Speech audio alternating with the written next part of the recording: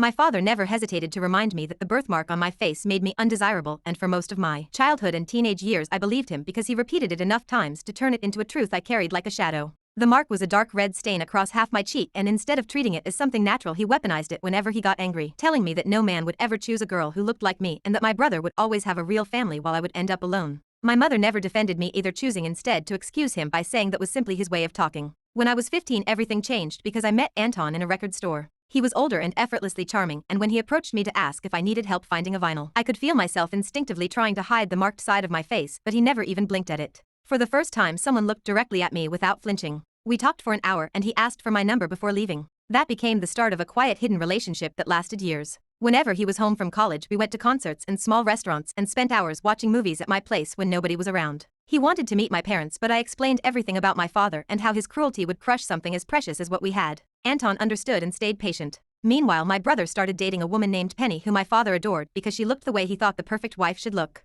He praised her constantly and used her as an example at the dinner table while aiming little daggers at me, saying girls like me should focus on careers and accept a future without romance. Even my mother stopped asking about my love life, and it became clear both of them believed my father's predictions about me. Penny visited often, talking about being the perfect homemaker, and my father would smirk at me, saying someday I would make a wonderful aunt to my brother's children since motherhood wasn't in my cards. The more he said it, the more it stopped hurting, but the desire to prove him wrong grew stronger. When my father invited nearly everyone he knew to his extravagant retirement party, he told me to arrive early so I could handle the setup far away from the important guests. I knew instantly this was the moment I had been waiting for. I sent Anton the details and he promised he would come. The party was loud and crowded, and my father spent the entire time bragging about my brother's girlfriend and the future family she and Larry would build. When he spotted me along the wall, he made a gesture for me to make myself scarce. Instead, I waited. My phone lit up and I walked outside where Anton stood waiting. We stepped inside together and the entire room fell silent as people recognized him from modeling campaigns and magazine covers. My father pushed through the crowd, staring at Anton and then at me as if I had brought some kind of mistake into the room.